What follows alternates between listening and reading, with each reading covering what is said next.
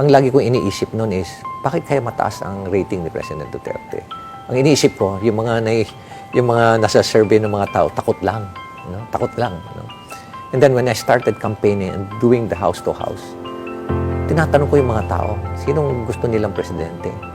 Ang taas ng rating ni Presidente, ni PRRD. Ang first na reason is yung feeling of safety. Pati yung mga madre. Nakita mo naman kung paano kuminsan na dinidisrespect na ni PRRD si Pope. Pati nga yung Panginoon natin. Dinidisrespect na. Pero may nakakusap ako mga madre. Sabi ng mga Duterte kami. And tinatanong ko sa bakit? Yung feeling of safety na kahit anong oras uuwi ka, safe na safe ka. Unlike in the past na dadaan sila sa eskinita, takot na takot sila dahil marami nakahubad, may mga drug addicts.